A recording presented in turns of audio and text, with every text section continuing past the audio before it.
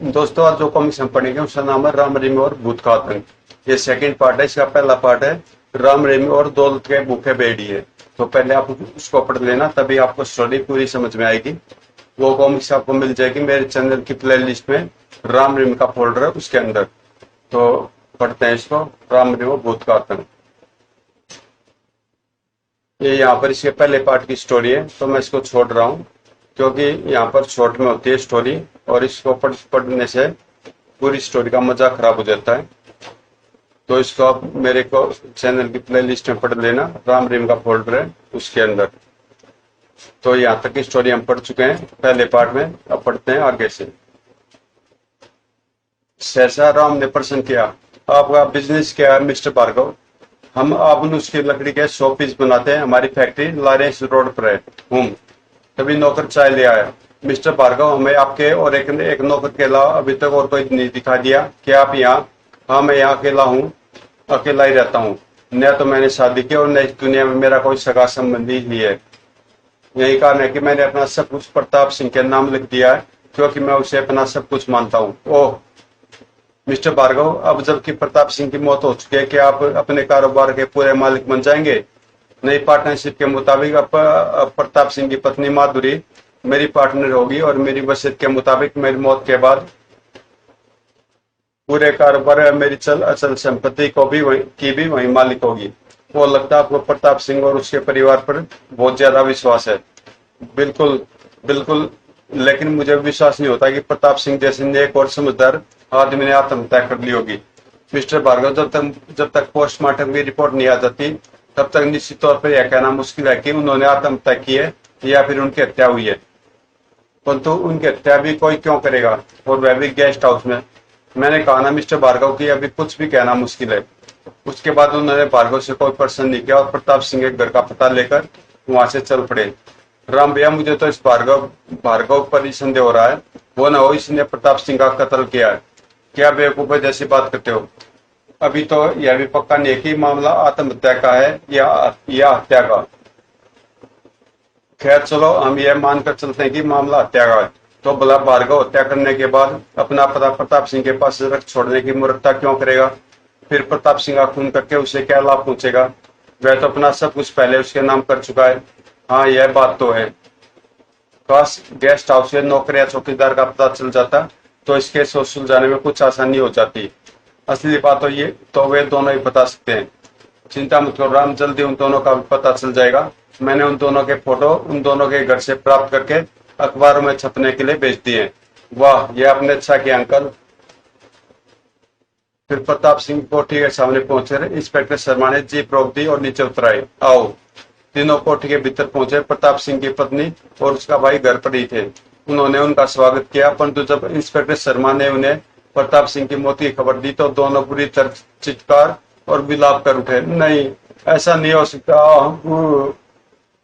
हाय, उन्हें आखिर क्या कष्ट था जो उन्होंने आत्महत्या कर दी है? ईश्वर, उनसे पहले तूने मुझे क्यों नहीं उठा लिया? वो धैर्य से काम दिए मिसेज प्रताप, जो होना था वह हो गया। ईश्वर को शायद यही मंजूर था। उन्हें सांत्वना देने के पश्चात राम और इंस्पेक्टर शर्मा ने प्रताप सिंह की पत्नी और उसके भाई से बहुत से प्रश्न पूछे, परंतु उन्हें उनसे कोई विशेष जानकारी हासिल नहीं हो सकी। उनके जवाब भी लगभग वही थे जो उन्हें भार्गव ने दिए थे। मुझे अफसोस है मिसेज प्रताप की आपको यह बुरी खबर हमसे सुनने को मिली। अब हमें आज्ञा दीजिए। हमें जीजा जी की लाश कब तक मिल जाएगी इंस्पेक्टर साहब? कल दोपहर तक। उसके बाद वे उनसे विदा लेकर कोठी से निकल आए। अब तक रात के 8 बज चुके थे। अब तुम्हारा क्या प्रोग्राम है राम? आप चलिए अंकल, हमें अपनी मोटरसाइकिल लेने के लिए लिंक रोड जाना है। हम वहां तक केले को कोई टैक्सी पकड़ लेंगे। लेकिन राम भैया, हमें गाड़ी के लिए पेट्रोल भी तो लेना है। अरे हमें तो भूल ही गया था अंकल, आप हमें नजदीक के किसी पेट्रोल पंप पर छोड़ दीजिएगा। ठीक है, बैठो। इंस्पेक्टर शर्मा ने राम रहीम को एक पेट्रोल पंप से 5 लीटर पेट्रोल दिलवा दिया और राम रहीम वहां से एक टैक्सी पकड़कर लिंक रोड की ओर चल पड़े। लिंक रोड पहुंचकर उन्होंने मोटरसाइकिल में पेट्रोल डाला और उस पर सवार होकर अपने घर की ओर चल दिए। वो ठीक डिनर से पहले वे अपने घर में थे। कुछ दिनों बाद ट्रेन ट्रेन ठहरो, मैं देखता हूँ। Hello Ram here. भाई, मैं तुम्हारा शर्मा अंकल बोल रहा हूँ। हाँ, इंस्पेक्टर अंकल, कहिए कैसे फोन किया? भाई तुम्हें गेस्ट हाउस कांड की एक बहुत महत्वपूर्ण खबर देनी है। तब तो जल्दी बताइए अंकल। तो सुनो, पोस्टमार्टम की रिपोर्ट के मुताबिक प्रताप सिंह की मौत फांसी लगने के कारण ही हुई है, यानी यह मामला आत्महत्या का ही है क्या? लेकिन अंकल यह भी तो हो सकता है कि प्रताप सिंह को जबरदस्ती फांसी लगाई गई हो सकता है, लेकिन हमारे पास न तो हत्या किए जाने के कोई प्रमाण है और न ही पोस्टमार्टम की रिपोर्ट में ऐसा कुछ कहा गया है। हाँ, मुझे आत्महत्या किए जाने के दो गवाह जरूर मिल गए हैं। कौन है वे गवाह? एक तो कोई गेस्ट हाउस का चौकीदार प्यारेलाल और दूसरा नौकर हरि सिंह। पोस्टमार्टम की रिपोर्ट मिस्टर भार्गव अशोक और उसकी बहन मां दुर्गे बयानों की पुष्टि इनके बयानों से भी होती है। पोस्टमार्टम की रिपोर्ट के मुताबिक प्रताप सिंह की मौत मंगलवार की रात 11:20 पर हुई है और तुम जानते हो यही बात मिस्टर भार्गव प्रताप सिंह की पत्नी और भाई ने कही थी।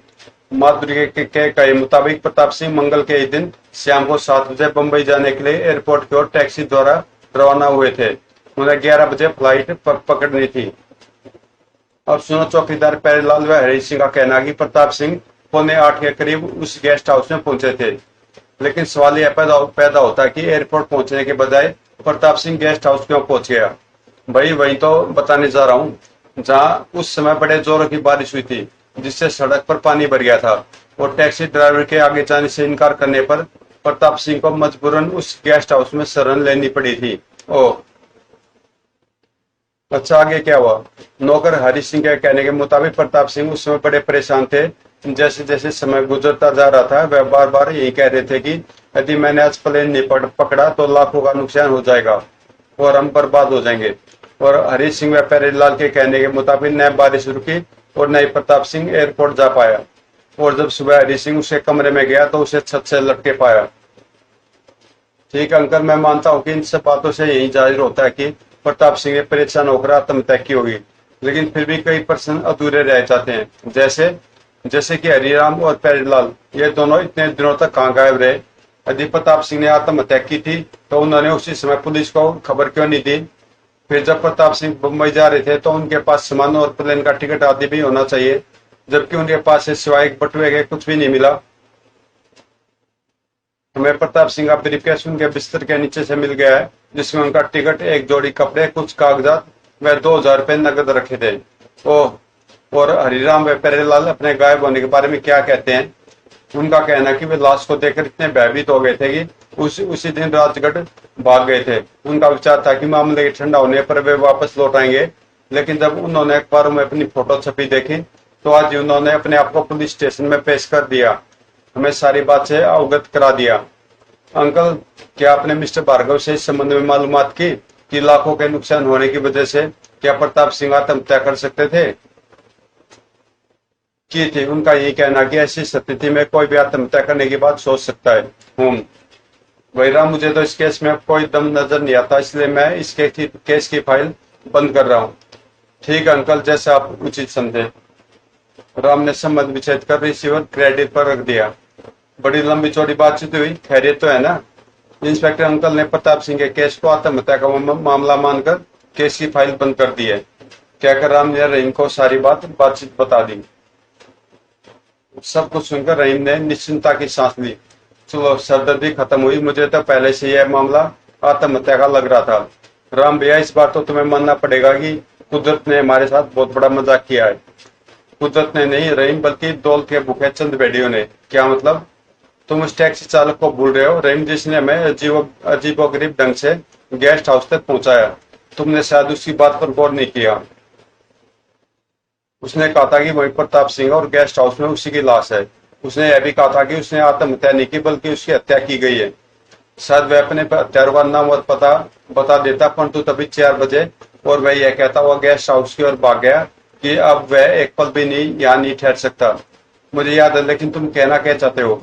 क्या यह कि वह वास्तव में प्रताप सिंह का भूत था?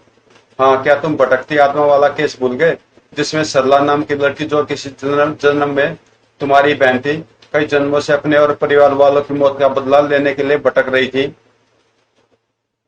फिर उसने तुम्हारे माध्यम से उस जन्म के हत्यारों से इस जन्म में बदला लिया था। हाँ, मुझे याद है। लेकिन यह मामला तो दोस्तों, ये जो भटकती आत्मा कॉमिक्स है, ये एक सीरीज है। अगर आपने नहीं पढ़ी तो इसको पढ़ लेना, ये बहुत ही अच्छी सीरीज है। ये भी आपको राम रहीम के फोल्डर में मिल जाएगी प्ले लिस्ट में। तो मैं जारी करता हूँ इसको। यह मामला भी कुछ वैसा ही रही। प्रताप सिंह की आत्मा भी शायद अपने हत्यारों से बदला लेने के लिए भटक रही है और हमारे माध्यम से उन्हें सजा दिलाना चाहती है। लेकिन पोस्टमार्टम की रिपोर्ट और चौकीदार और नौकर के बयान आदि तो प्रताप सिंह की मौत को आत्म हत्या बता रहे हैं। यही तो मुझे जानना कि आखिर असलियत क्या है। मेरे दिमाग को तो एक बात और कुरेद रही है कि प्रताप सिंह एक बड़ी फर्म का धनी आदमी था। फिर उसकी जेब से विजिटिंग कार्ड की जगह साधारण से कागज पर हाथ से लिखा उसके पार्टनर का पता क्यों मिला? यह तो हत्या होने का कोई ठोस सबूत नहीं है। सबूत तो नहीं है, लेकिन हत्यारे या हत्यारों की भूल जरूर है। ऐसी हुई एक भूल उनसे और हुई है।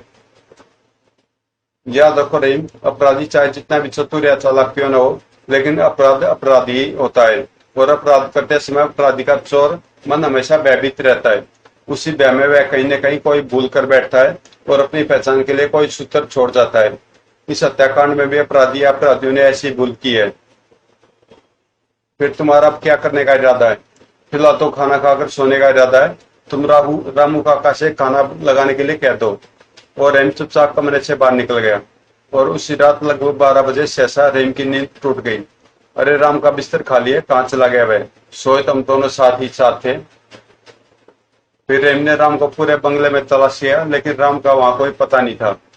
ऐसा तो राम भैया ने पहले कभी नहीं किया। कभी उसे चुपचाप कहीं जाना भी पड़ता था तो वह मुझे जरूर बताकर जाता था। उसके बाद रहीम को नींद नहीं आई और वह राम के लौटने का इंतजार करता रहा। सुबह के लगभग 6 बजे राम ने खिड़की के रास्ते अपने कमरे में प्रवेश किया। राम भैया, मम्मी को मेरे घर से जाने के बारे में पता तो नहीं चला? नहीं, लेकिन तुम मुझे बिना कुछ बताए रात भर कहाँ गायब रहे? पहले मुझे कुछ देर नींद ले लेने दो, फिर सारी बात बताऊंगा। आखिर क्या चक्कर हो सकता है? उसके बाद फिर उसने सबसे पहले इंस्पेक्टर शर्मा का नंबर मिला है। अंकल, मैं राम बोल रहा हूँ और जो मैं कह रहा हूँ उसे आप ध्यान से सुनिए। आपको आज रात मिस्टर भार्गव, अशोक, माधुरी, पैरलाल और हरीश सिंह के साथ गेस्ट हाउस पहुंचना है। फिर राम इंस्पेक्टर शर्मा को धीरे धीरे सब कुछ बताने लगा। और अंकल, आप वह कागज भी साथ लाना न भूले जो प्रताप सिंह के पर्चे मिला था, जिसमें मिस्टर भार्गव के घर का पता लिखा था। ठीक है, लेकिन आखिर चक्कर क्या है? तुम उन सब लोगों को गेस्ट हाउस में बुलाकर क्या कहना चाहते हो? आपके साथ साथ उन सबको भी भूत का आतंक दिखाना चाहता हूँ। हाँ, क्या कर राम ने रिसीवर रख दिया। अब मुझे भी कुछ बताइए ना, या मुझे भी भूत की कहानी सुनाकर डराओगे? थोड़ा और इंतजार करो, फिर सबके साथ तुम्हें भी सब कुछ मालूम हो जाएगा। और रहीम मन महसूस कर रह गया। और उसी रात इंस्पेक्टर शर्मा सब लोगों को लेकर गेस्ट हाउस पहुंचे। राम रहीम पहले से वहां मौजूद थे। वह पते वाला कागज लाए अंकल? हाँ, गुड, आइए भीतर चलते हैं। उन लोगों के भीतर जाते सिपाहियों ने गेस्ट हाउस को घेर लिया। इंस्पेक्टर साहब, अब तो बताए कि आप हमें इतनी रात को यहाँ क्यों लेकर आए? इंस्पेक्टर अंकल को इस संबंध में कुछ नहीं मालूम। मेरे कहने पर ही आप सबको यहाँ लाए हैं। क्या? चकित मत होइए साहिबानो, दरअसल मैंने आप सबको प्रताप सिंह जी की आत्मा से मिलाने के लिए यहाँ बुलवाया है। क्या? ओ नो इंस्पेक्टर साहब, क्या यही सब बकवास सुनाने के लिए आप हमें इतनी रात गए यहाँ लाए हैं? Take it easy mister Ashok. Ram, तुम्हें जो भी कहना है इनसे साफ साफ कहो। आगे तुमने मुझे यहाँ लाने के लिए क्या क्यों कहा? सिर्फ यह साबित करने के लिए अंकल की प्रताप सिंह ने आत्महत्या नहीं की, बल्कि इन सब ने मिलकर उसकी हत्या की है। ओ नो, यह क्या बकवास है? इतना बड़ा इल्जाम? मैं इस कमीने का मुंह नोच लूंगी। You bastard. राम राम राम, इस पिद्दी से छोकरे की इतनी मजाल की है हम पर इतना बड़ा इल्जाम लगाए।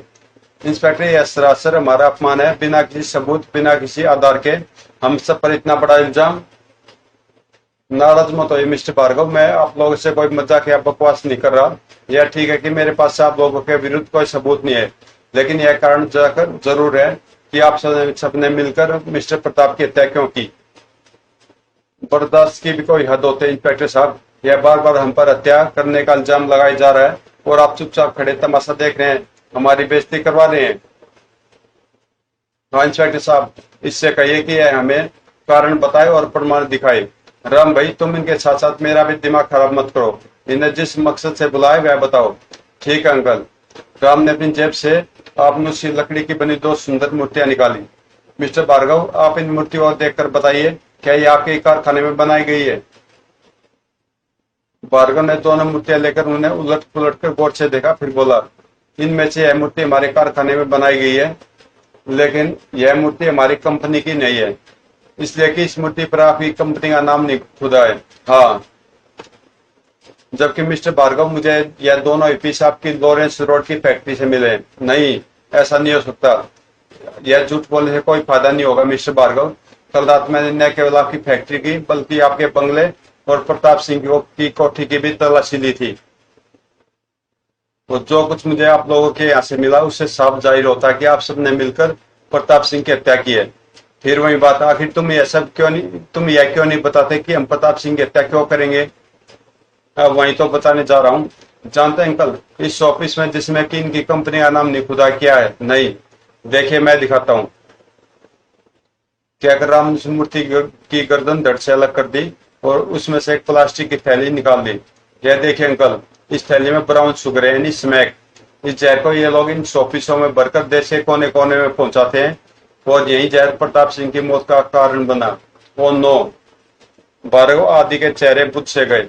अंकल, मिस्टर प्रताप सिंह यह नहीं जानते थे कि उनका पार्टनर कंपनी की आड़ में इस तरह का गैर कानूनी काम कर रहा है और इस काम में उनका साला यानी अशोक भी उनका साथ दे रहा है।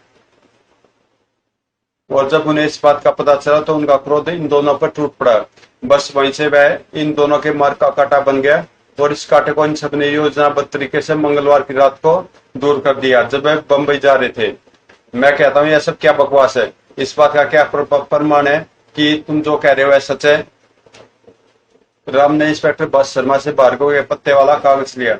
मिस्टर अशोक, यह कागज का टुकड़ा जिस पर तुमने अपने हाथ से भार्गव का पता लिखकर प्रताप सिंह के पर्स में रखा था, प्रताप सिंह कहता है और मेरी बात की पुष्टि करता है। गौर से देखे, ये आपकी लिखाई है ना? वो मैं घबरा गए। खैर सुनिए, मैं आप बताता हूँ कि यह पता आपने क्यों प्रताप सिंह की जेब में रखा था।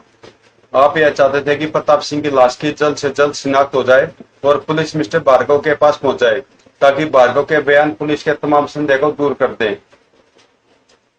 आपकी और मिस्टर भार्गव की योजना यह भी थी कि प्यारे हरि सिंह सुबह प्रताप सिंह द्वारा आत्महत्या की सूचना पुलिस को दें, लेकिन इन दोनों के भयभीत होकर भाग जाने के कारण आप दोनों की योजना गड़बड़ा गई और संयुक्त समय और रहीम गेस्ट हाउस पहुंच गए और एक नया खेल शुरू हो गया। हाँ, यदि बुधवार को ही पुलिस को प्रताप सिंह की मौत का पता चल जाता तो शायद आप लोगों की योजना सफल हो जाती।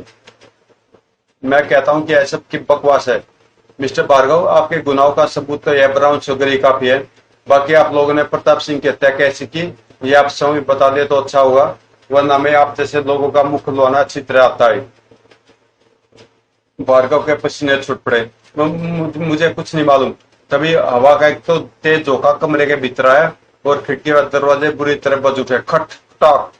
ठीक 12 बजे। वो यह तेज हवा कैसी? और तभी बत्ती चली गई और उसी के साथ अशोक की चीख पूरे कमरे में गूंज उठी। आई अशोक, अशोक क्या हुआ तुम्हें? तभी कमरा प्रकाश से ना उठा। अब्र ई भूत वाट! हे भगवान, ये अशोक को क्या हो गया? गड़प गड़प। अशोक, यह तुम्हें क्या हो गया? हा हा हा, मैं अशोक नहीं प्रताप सिंह हूँ। हत्यारों में तुम सबका खून पी जाऊंगा। अब बाप रे, नहीं बोल कमीनी, और इन सबको बता कि तुम तीनों ने मेरी हत्या किस तरह की थी। आई बचाओ अशोक, छोड़ दो इसे वरना मैं तुम्हें गोली मार दूंगा। नहीं अंकल, गोली मत चलाना। लेकिन यदि उसे रोका न गया तो वह उसे जान से मार डालेगा। ऐसा कुछ नहीं होगा अंकल, बस आप चुपचाप तमाशा देखते जाइए। बोल कमीनी, तो इंस्पेक्टर सब कुछ बताएगी या मैं तेरा खून पी जाऊं? नहीं नहीं, मुझे मत मारो, मैं सब कुछ सच सच बता दूंगी। तो चल जल्दी बता सब कुछ, माधुरी ने भुगते हुए कहना आरंभ किया। राम ने ठीक ही कहा। जब प्रताप को यह पता चला कि उनकी फैक्ट्री से 100 द्वारा ब्राउन शुगर देश के कोने कोने में बेची जाती है और इसमें भार्गव और अशोक का हाथ है, तो वे क्रोध से पागल उठे थे। घर पहुंचे उन्होंने अशोक की खूब पिटाई की। सड़ाक सड़ाक, हरामजादे, कमीने, विश्वास खाती, जिस थाली में खाता उसी में छेद करता। आज मैं तुम्हें जिंदा नहीं छोड़ूंगा। आह सड़ाक! ओह, मुझे माफ कर दिए जीजा जी, अब मैं ऐसा गंदा काम फिर कभी नहीं करूंगा। हरगिज माफ नहीं करूंगा। मैं तुम्हें और भार्गव को पुलिस के हवाले कर दूंगा। तब मुझसे रानी गया। मैं कहता हूँ छोड़ दीजिए इसे, इसने थोड़ा सा गलत काम कर दिया तो क्या आप इसकी जान ही ले लेंगे? मैं कहता हूँ छोड़ो मेरा हाथ। हरगिज नहीं, मैं आपको मनमानी नहीं करने दूंगी।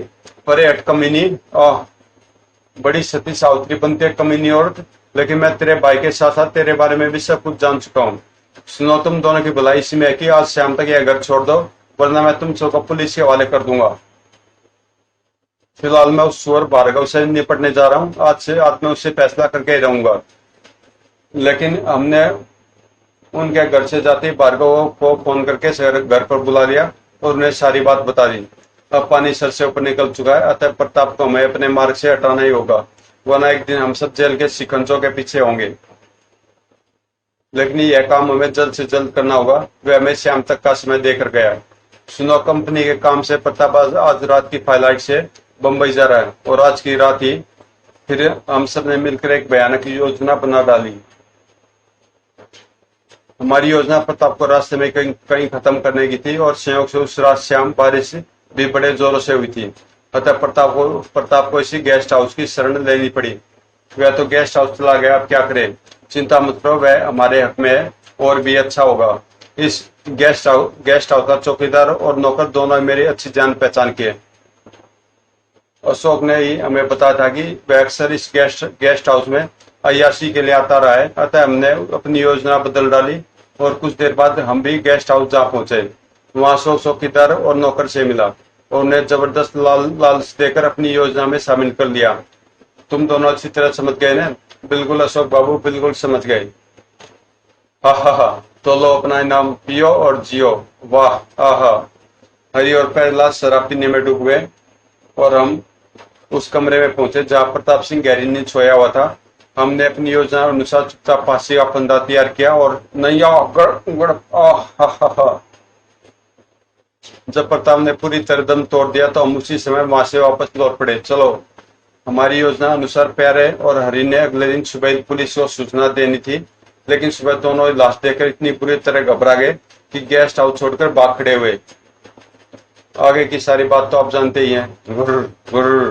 हाँ, अब यह मामला शीशे की तरह साफ है कि तुम पांचों ने मिलकर ही प्रताप सिंह की हत्या की है और मैडम माधुरी का यह बयान इन्हें फांसी के फंदे तक पहुंचाने के लिए काफी है। राम की बात सुनते अशोक के भीतर मौजूद प्रताप सिंह की आत्मा बुरी तरह चीख उठी। नहीं, आप कुछ कहना चाहते प्रताप सिंह? हाँ, मैं यह कहना चाहता हूँ कि कानून इन्हें सजा नहीं दे पाएगा। अदालत इन्हें साफ बरी कर देगी, क्योंकि पोस्टमार्टम की रिपोर्ट के अनुसार मैंने आत्महत्या की है और अदालत में ये लोग अपने जुर्म से साफ मुकर सकते हैं। अतः इनके जुर्म की सजा मैं इन्हें अपने हाथों से दूंगा। इतना कहकर अशोक ने अपनी जेब से रिवॉल्वर निकाल दिया। फिर इससे पहले कि कोई कुछ समझ पाता, धाएं आई। मिस्टर अशोक, रुक जाओ, मैं कहता हूँ रिवॉल्वर फेंक दो। धाएं आई। हा, इन चारों को इनके किए की सजा मिल गई। अब इस शैतान की पारी है। धाएं। Oh no. Ram revolver inspector Sharma लपक कर अशोक के निकट पहुंचे। ये आपने क्या किया मिस्टर प्रताप सिंह? मैंने जो किया ठीक ही किया इंस्पेक्टर, उन्हें यही सजा मिलनी चाहिए थी। खैर, मैं राम का शुक्रगुजार हूँ कि इसने केस को सही दिशा देकर मुझे शांति पहुंचा दी, वरना मैं पता नहीं कब तक भटकता रहता। मैंने अपनी हत्या का बदला ले लिया, अब मैं जा रहा हूँ। अच्छा, विदा। इसी के साथ अशोक की गर्दन ढुलक गई और प्रताप सिंह की आत्मा उस मर्द शरीर से निकलकर हमेशा के लिए फिजा में विलीन हो गई। अब तो वास्तव में इस केस की फाइल बंद हो गई। हाँ अंकल, अब तो केवल कागजी और कानूनी कार्यवाही ही पूरी करनी रह गई है। अतः आप अपना कार्य कीजिए और हमें आज्ञा दीजिए। ठीक है, तो तुम्हें रोकना बेकार, वैसे भी दिन निकलने वाला है, अतः तुम दोनों घर जाकर आराम करो। इंस्पेक्टर शर्मा सिपाहियों को बुलाकर आवश्यक कार्य को पूरा करने में जुट गया और राम रहीम वापस लौट पड़े। रास्ते में, राम भैया, तुम्हें इस बात का शक कैसे हुआ कि भार्गव आदि पांचों ही प्रताप सिंह के कातिल है? कल रात जब मैं भार्गव की फैक्ट्री उसकी और प्रताप सिंह की कोठी की तलाशी लेकर लौट रहा था तो कुछ सोचकर गेस्ट हाउस भी चला गया और वहां मेरी मुलाकात फिर एक बार प्रताप सिंह की आत्मा से हुई और उसने मुझे सारी सच्चाई बता दी। उसके बाद ही मैंने अपनी योजना बनाई थी। क्यों, अब तो मान गए ना कुदरत के इस करिश्मे को? हाँ, और आज से मुझे मेरे मरहूम अब्बा की तौबा, जो मैं फिर कभी घर से बाहर नाइट शो देखने निकलूं। हा। तो दोस्तों, कॉमिक इसी पे समाप्त होती है। अगर कॉमिक्स आपको अच्छी लगी तो प्लीज चैनल को सब्सक्राइब कर देना और मैं आपके लिए ऐसी अच्छी अच्छी कॉमिक्स और यहाँ पर लाता रहूंगा। और मिलते हैं किसी अगली कॉमिक्स में।